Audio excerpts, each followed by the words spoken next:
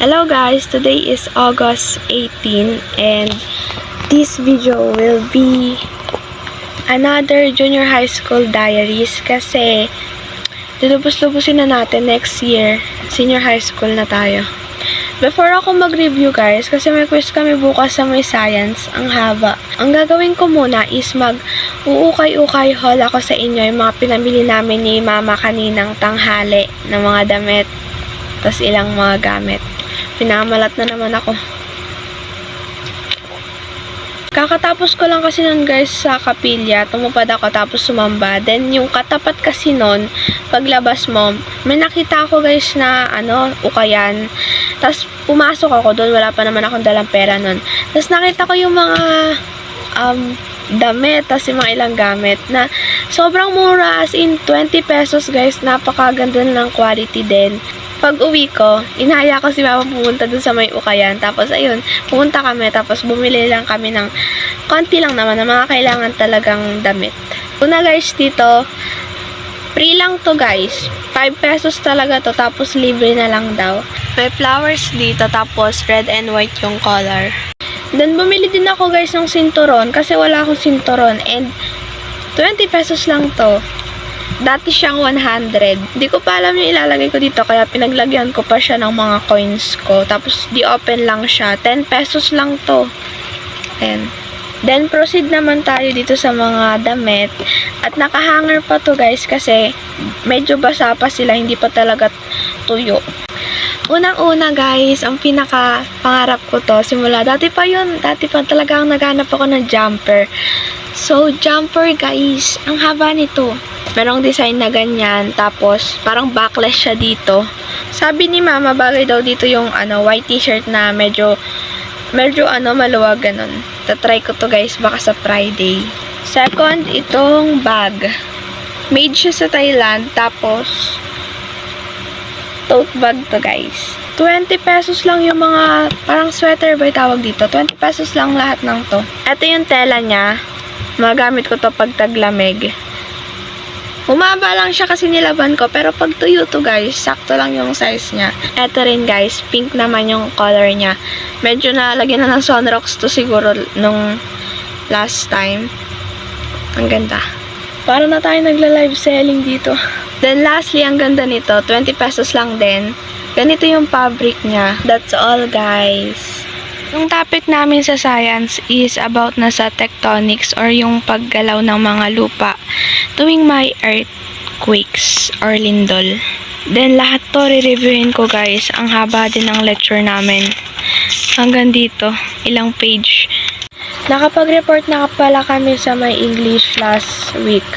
And hindi ko alam at hindi talaga namin alam na as in report yon, hindi lang mini report. Pasok yata siya sa written works or PT. Basta sa dalawa na yon. Nakakuha kami ng 90% and mas gagalingan talaga namin next time. Lesson learned na sa amin yun guys. Kaya mas gagalingan namin next time para okay na okay yung report namin. Okay guys, mag-start na ako mag-review. Tonics.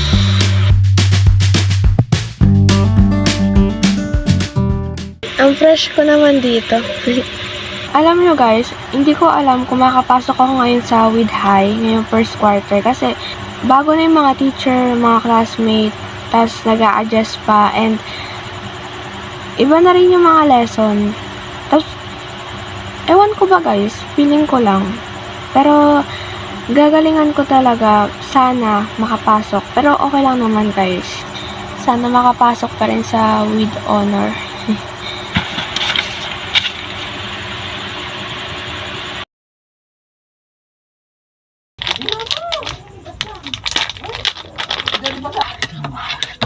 It's currently 8 AM guys, and kakatapos ko lang sa ilang gawain bahay, and kakain ako dito. Suman, 10 pesos lang to.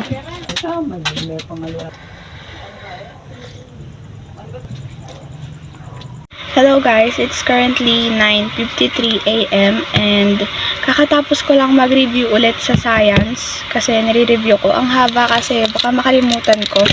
Pag nagre-review kasi ako, tapos exam na namin or quiz. Minsan yung ibang term or ibang mga nandito sa review ko, nakakalimutan ko sila pero alam ko, parang ganun, di ko lang maisulat talaga kasi nakalimutan ko yung pinaka-name. Kaya yun yung nakakatakot. Kaya nag-review ulit ako dito. Mahaba-haba kasi to. Hindi pa ako naliligo guys, kaya ganito yung itsura ko. Maliligo kasi ako after kong kumain para makapag-toothbrush din. And na-ready ko naman na yung mga kailangan kong dalhin. Tapos yung damit ko na uniform and yung mga ilang gamit ko. Nalagyan ko na ng tubig yung tumbler and meron na ako ditong salupil sa likod, panyo, tapos baon.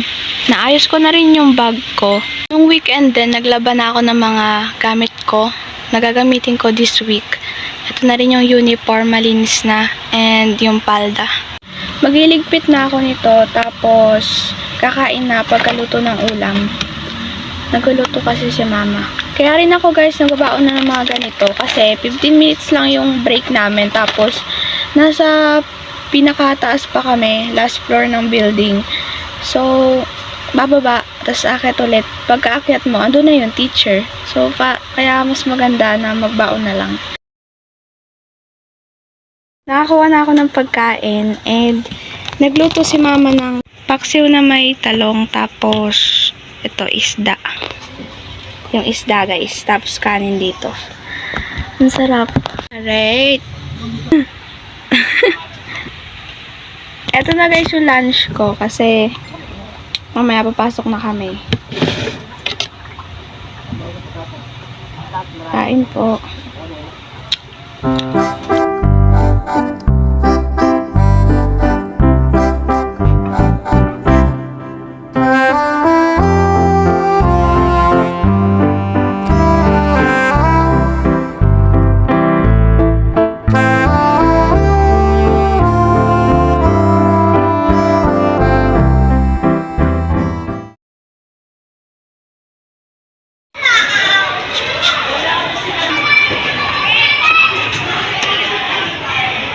Sasabihin natin.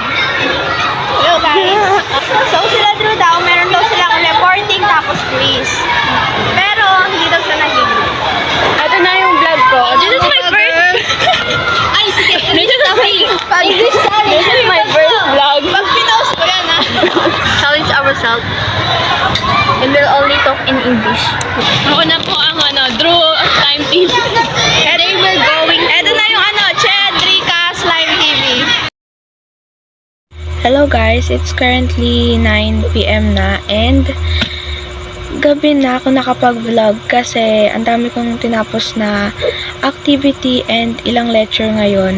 So, ito yung itsura or sitwasyon ng table ko ngayon. Medyo makalat kasi marami akong tinapos ngayong gabi. Ito. May calculator lang dito tapos mga ilang papers kasi nagsasagot ako sa math and meron kaming dalawang activity na iniwan or take home. So, sasagutan ko yon. And bukas, guys, may first ever quiz kami sa math. So, sana maging madali. Kasi, simula sa may first na tinuro sa amin hanggang today, is yun yung ika-quiz yata namin. So, kailangan kong reviewin lahat ng ganito, guys. Ang kapal nito. And before ako magsagot dito, kasi na-stuck ako guys sa may activity number 6. Okay na ako sa 5. Sa 6 ako na-i-stuck. Sa may 3 to 5.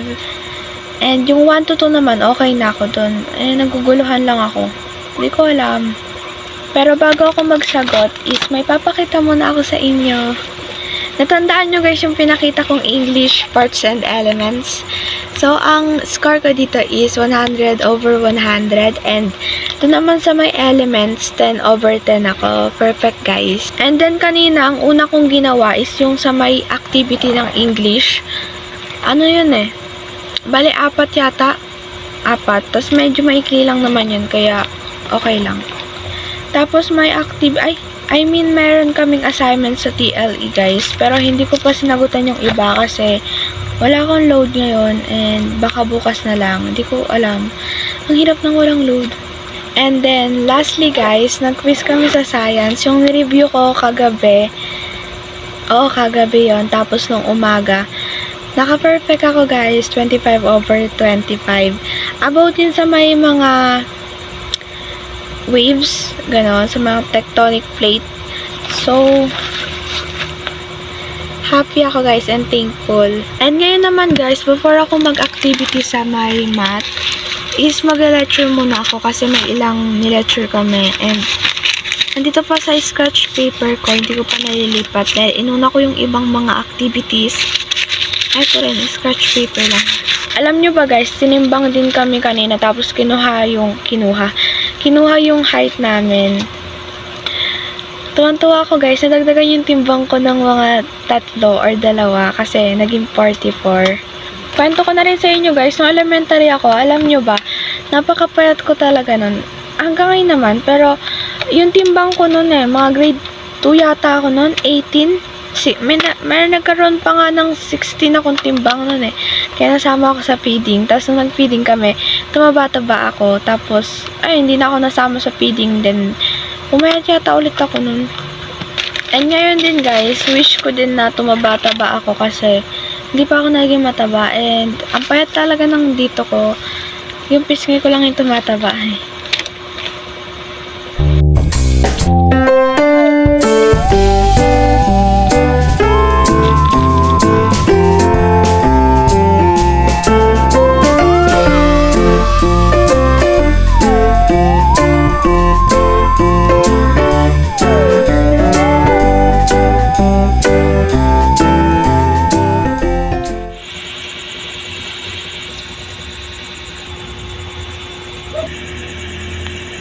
Mikey.